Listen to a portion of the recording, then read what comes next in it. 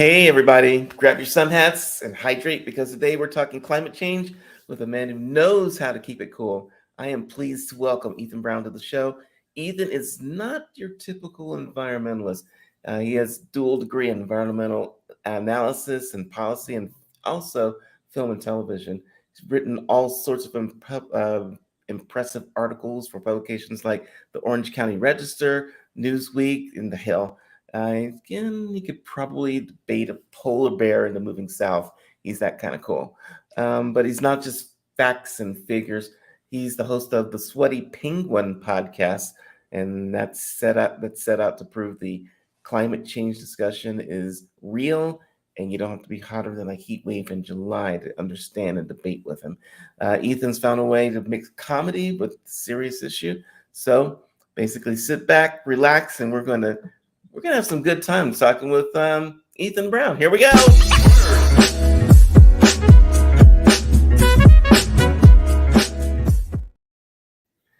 Ethan, I am happy you're here on the show. Thank you for being here. Thanks for having me. It's great to be here. I am excited about this because I want to mix some fun with a serious topic. So let's just start out with that. How does humor help in communicating the seriousness of climate change? Well, first off, I think we can all say it's hilarious how we're having increasing heat waves and hurricanes.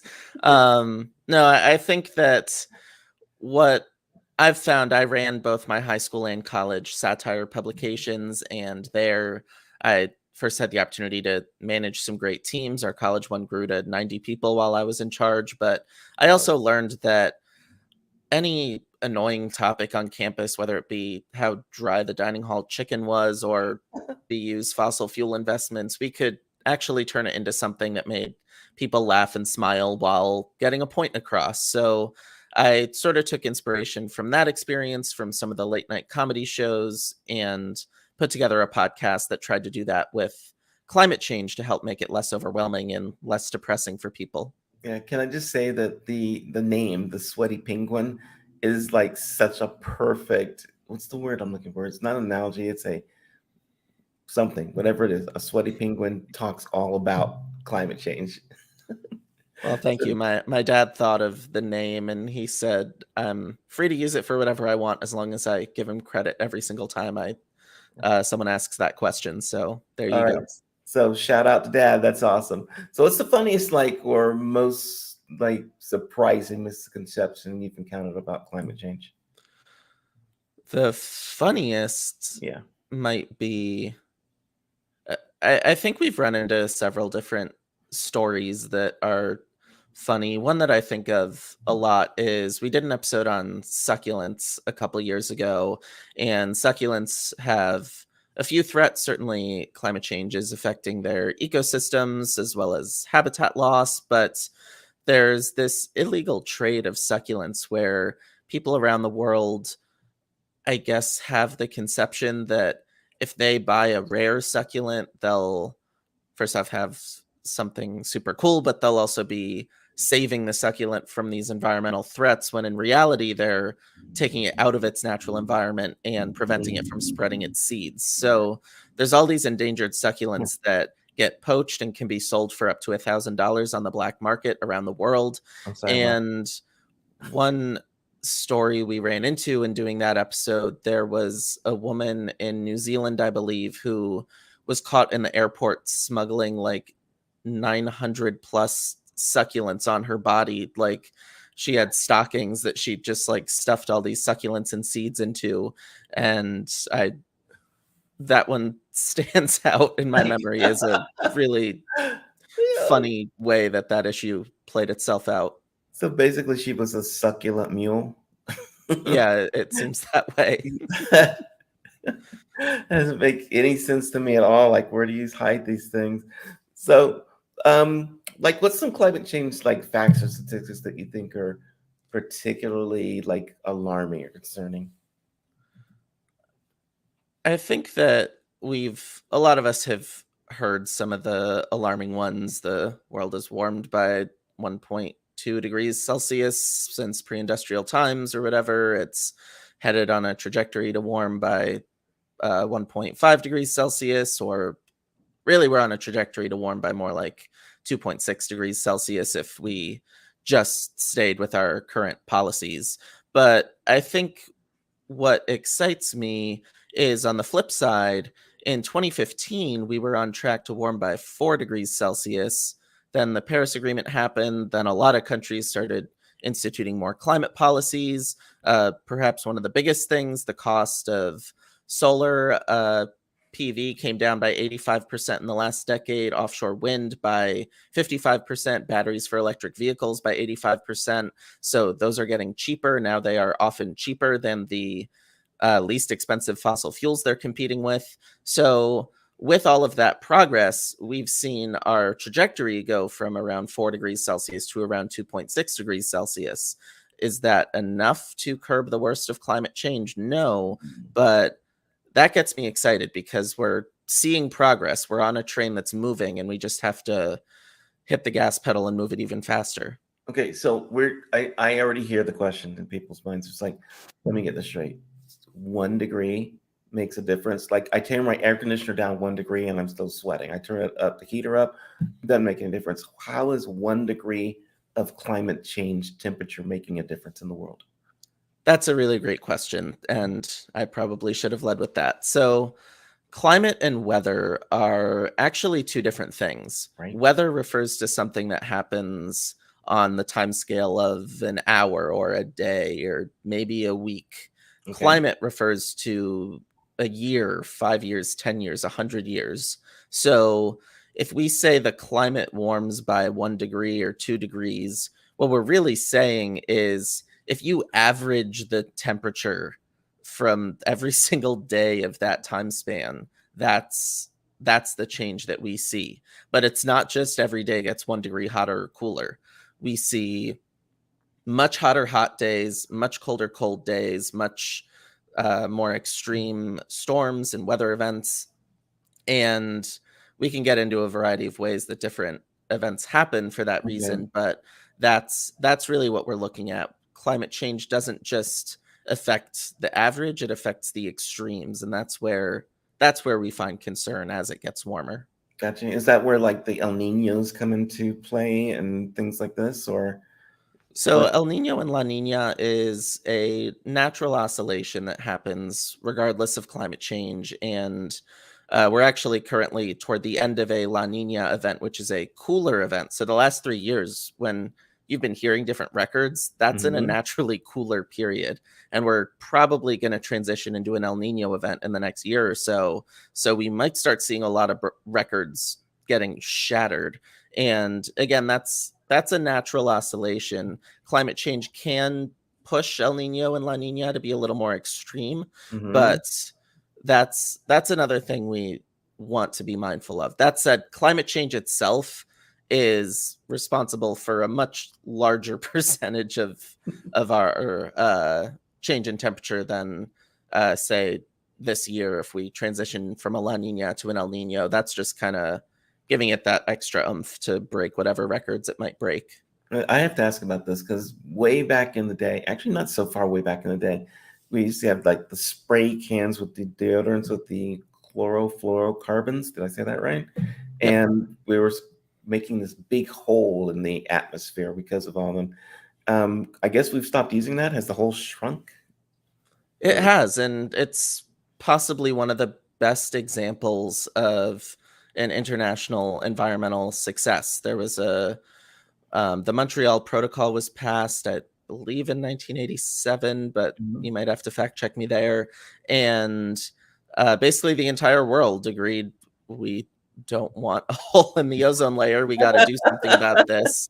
It was a little bit easier because these chlorofluorocarbons, hydrofluorocarbons, whatever they wanted to address were not, there weren't entire industries and economies built on them. They were used for some pretty specific things.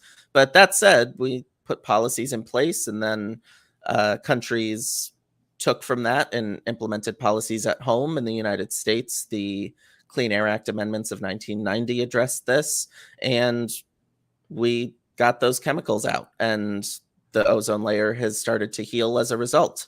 Yeah. So it's more challenging with greenhouse gases like carbon dioxide and methane, but we know that it's doable. And again, we're seeing progress, and hopefully we can see that progress speed up. But I think that's a great example of how countries can work together to get something done. I love that, because you don't even hear people talk about it anymore, because it's like, oh, the hole must be gone, so we're good. So that is something pretty cool. Like, so there are people we know for sure that they are skeptical and they don't believe that there's anything going on with the uh, climate, and that it's just one of those cycles that happens every X hundreds or thousands of years. How do you deal with them? What do you say? And then they say it's just natural. It's going to happen. I think it depends on the person and whether or not they actually want to have a conversation. Obviously, there are some people that just want to troll you, and I've been in those interactions before. And for me, really what I would want to learn in that interaction is, why do they feel the way they feel? Why are they doing this? So I would probably stop trying to convince them and just try to learn where they're coming from and why they're behaving that way, to be honest. Yeah. And that can be useful for me then in communicating in the future. But if someone really wants to sit and have that conversation, which has happened to me before, I remember I was at college at Boston University. There was a really brutal nor'easter in January of 2019, and I braved the like walking across the street to go to the convenience store to get a few snacks, and the cashier there said something like, "Oh, like people talk about global warming, but look at this." And I was like, "Well, actually, the polar vortex has weakened, and that sent very cold air from the Arctic down south to us in Boston, and that's why it's so cold." And he was like, "Oh, that's interesting. So you don't think the government controls the weather?" And I was like, "No, they don't. We No, can that create just blows policies me to combat away. climate change." But then he was like Googling, and we had a conversation. And so it's, if someone wants to have the conversation, you can have the conversation. And very often it's just a lack of education. But Yeah. I think it comes with being patient. It comes with actually having good answers to the questions, and not just spewing some, like, you want to have done your research. And I've actually done some posts talking about some ways to address different common misconceptions that you can check out. But yeah, I think there's certainly room to have those conversations. And I think it's important to, because often people just didn't have the education on it. It's not so much that they're conspiracy theorists or anything like that. You just blew me away a second ago when you said there are people that believe that the government controls the weather. That, seriously, you're saying that out loud. People Yeah, believe. that was what he said. But Wow. again, like, I didn't laugh at him or call him a conspiracy theorist. I was just like, no, they can't really do that. They can create policies that address greenhouse gas emissions, which can help the climate, but day-to-day weather they can't control. Gotcha. Give me some examples of like how climate change is like impacting us right now. To give us, so people can go like, wow, I didn't know that was because of climate change. Yeah, I think there's a lot of, I think some of the obvious impacts are the way that weather extremes are changing with regard to hurricanes, wildfires, heat waves, natural disasters. All of these things, climate change can worsen in a variety of ways. It can, in some cases, make them more frequent, but very often it's making them more severe. There's obviously things like sea level rise, where we're seeing glaciers on ice sheets melting and falling into the ocean, which is like just dropping ice cubes in a glass of water. It pulls it up. More so than that, there's thermal expansion, where the ocean water is just getting bigger and taking up more space. Trying to think. I think some of the How far could more, that go, by the way? Like with the ice melting, the glaciers melting, people go like, oh, so it's going to melt and the seas are going to rise an inch or whatever. That's not going to wipe out New York or Miami or anywhere else. Talk about that for a second.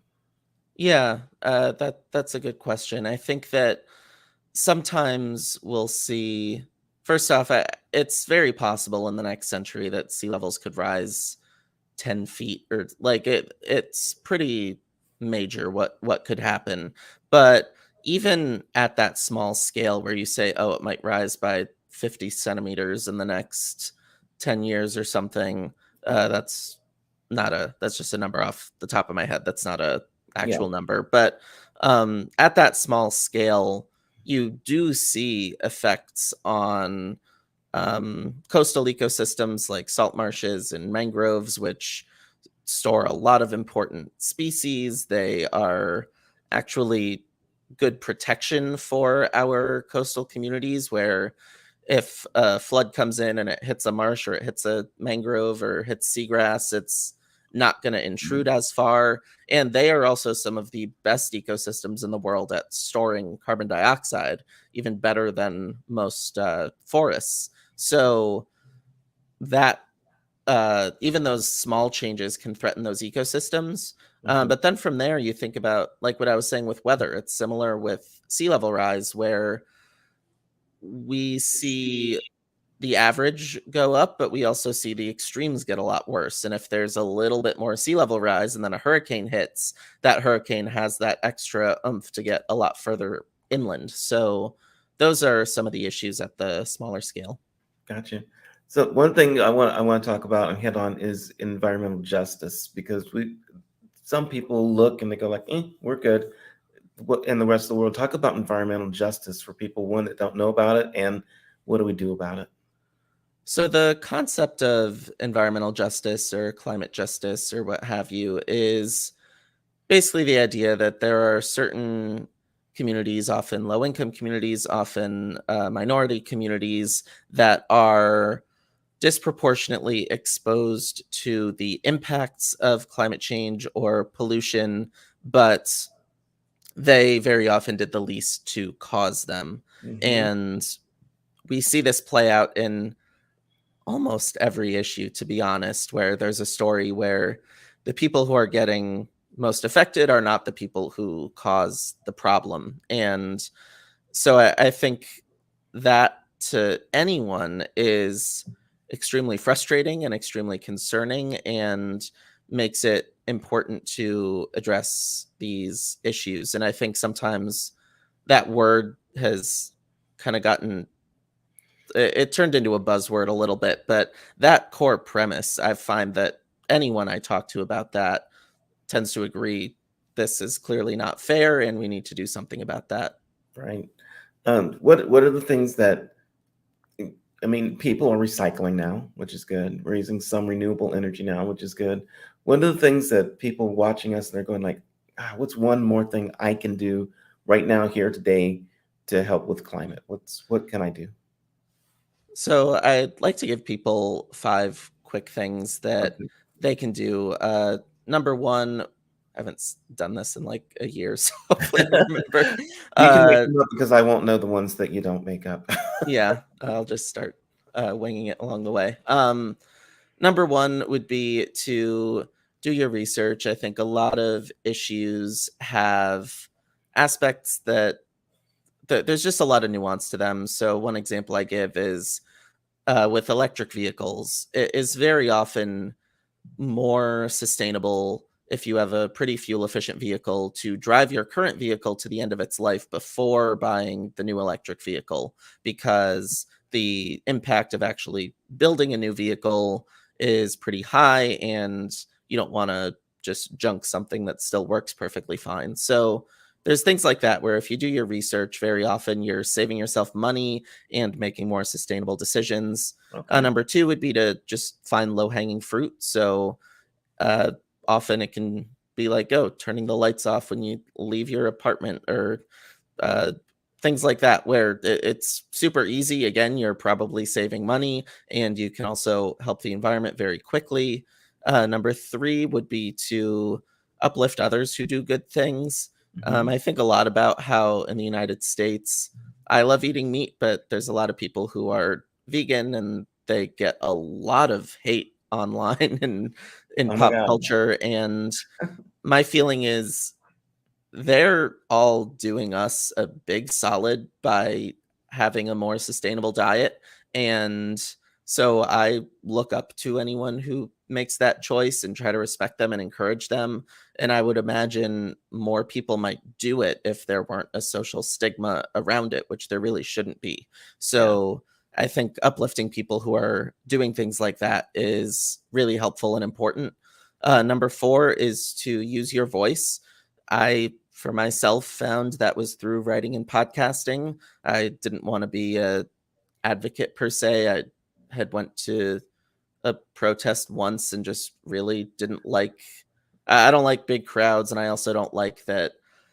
I love getting into the nuance and the nitty gritty, so there's just no sign I could create that I would feel comfortable holding up.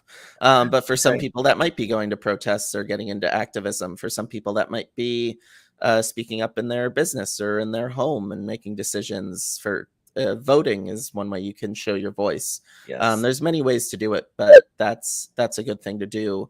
And then last and most important to me is to talk to someone you disagree with. And it doesn't have to be about climate. It can literally be about sports or movies or books. But getting comfortable in those conversations is so important because we've gotten as politicized as we have. But when people are talking and when they're finding common ground, we've been able to get a lot done. From 1970 to 1976, there was a Democratic Congress and Republican presidents Nixon and Ford. And in that divided government, we passed the Clean Air Act, Clean Water Act, National Environmental Policy Act, Endangered Species Act, established the Environmental Protection Agency and the National Oceanic and Atmospheric Administration, had the first Earth Day, and that's just the top of the list. It goes on. And that happened in a divided government, and there were large bipartisan coalitions around these different things. And I think the reason why is people were talking. It was not long after Rachel Carson's book Silent Spring came out. There were some pretty major, I think there was like a lake or river that was on fire in Ohio or something. There was a lot going on. There was a big oil spill. And so people were talking, people were finding common ground, and people agreed to get stuff done. And I think if we do more of that today, we can find those same successes with climate. I love that. I didn't realize that all that happened in the 70s, and it was because during the divided, House and the Congress and the president and all that kind of stuff. So that's amazing. I wish we could get back to that. That'd be awesome. Let's do something. I want to play a little game with you, learn some more about you and learn more about climate change. We're going to play a little bit of this or that. And then you get to basically, I'm going to give you 2 choices of something. You can choose one or the other, but not neither or both. And if you want to justify any of your answers, you can do that too. All right. Let's see if we can do this. How about climate change solution, massive reforestation, or giant solar farms? I think both are useful, but I'm going to say solar farms. They're working on different things. The thing with reforestation is you need a lot of land to do it, and new trees they absorb carbon faster than old trees, but they don't have it already stored. Whereas if you protect a old existing forest, they have centuries of carbon stored in their roots and in their soil. And so that's one of the challenges with reforestation. So I'll go with the solar farms. Okay. How about sustainable diet? Insect protein or lab-grown meat? I'm not sure I feel that. I'm not feeling those. Yeah, so I think I'll say insect protein. I think that both can exist. Both will probably end up only serving a niche audience, but lab-grown meat still has things that need to be accomplished before it can be widely distributed in the public. And I think they'll do it, but I think insect protein is maybe a little further along. That said, neither of them are going to save the world on their own. Okay. How about solar power? A house covered in solar panels or sun tracking solar panels in the yard? Sorry, what was the second one? sun tracking solar panels in the yard? I think that the houses covered in solar panels might be a more widely applicable solution because Mhm. not every structure has a yard, but certainly whatever works for you is awesome. Electric car or bike to work? Personally, I hate driving, so I'll say bike, but again, there's opportunities for both. I'm just gonna work at home or in my office, so that'll work for me. So, let's learn some more about you. Well, about your next vacation, glacier watching in Alaska or coral reef diving in Australia? Ah. What would Ethan choose? What would Ethan do? Wow. Both of those are like top 5 on the bucket list. Awesome. I think I would say if it had to be immediate and someone else was paying for it, I think I'd take the reef because uh, coral reefs are one of the most threatened ecosystems right now. They're kind of one of the first that could theoretically go. They are very resilient in their own ways, but I would want to make sure I saw that in time. Yeah, I think that would be an amazing vacation. Okay, way to save water: Navy shower or collecting rainwater. I'm not sure if you're familiar with Navy showers. Yeah. Okay. I think collecting rainwater is a very useful tactic and really can be implemented anywhere. And so I like that one. On that, I have been blown away that it is illegal in some places to collect rainwater. Yeah, that's bizarre. Right? I don't There's a lot of weird laws that just get in the way of stuff. Our episode today was talking about permitting in the US. I mentioned the National Environmental Policy Act before. It's done some good things, but it's also held up a lot of clean energy projects for years. Mhm. And so we were talking a little bit about that today. Oh man. What about green investment? Tidal energy or wind turbines? Wind turbines for sure. I think that Yeah. wind has already asserted itself as one of the most economically efficient energy sources on the market. Tidal is still very expensive. I'd love to see it develop and improve, but I think wind is something we're already at a place that we can Mhm. go full steam ahead and it'll actually make Well, energy cheaper for people. that was good right there. How about future forecasts? Let's just go way out. Maybe it's not way out. Miami underwater or Sahara green and lush? What's going to happen? Uh, I'd be surprised to see a green and lush Sahara. As I understand it, it's drying out even more. Is it? Um, Miami is. We can take steps to make it less likely that it were to end up underwater, and maybe parts of the city might become uninhabitable. But at the same time, there are a lot of solutions around uh, climate resilience on the coast. We just did an episode on stilt houses where we talked a lot about Florida as an Oh, example. So uh, that one is maybe the more likely of the two, but I think we can stave that off. okay. Okay. Personal question for you. Public speaking venues. Would you rather do TED Talk stage or UN Climate Summit? Ooh, I would love to go to a UN climate summit. I applied for an opportunity last year that I did not get, so we'll see if this year pans out. I don't see anything immediately on the horizon, but I think it would be amazing to get the opportunity to Right? attend that conference. It's really the most important climate conference in the world each year. There you go. Last one. This is an icebreaker at a party. That is a pun. Global warming joke or climate change fun fact? You said I can't say neither. That will just get What do you people have? upset with me. What's your alternative? I guess I can make a joke, but not like a.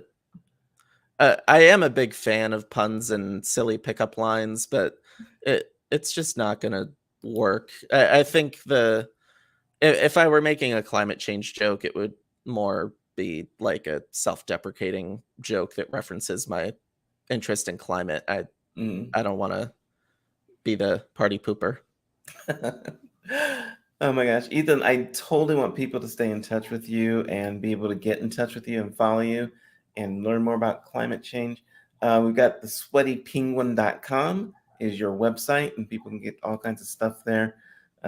You've got of course, your podcast, the Sweaty Penguin Podcast, available on Apple and Spotify. And those are two awesome platforms, by the way. Instagram and TikTok at the Sweaty Penguin Pod.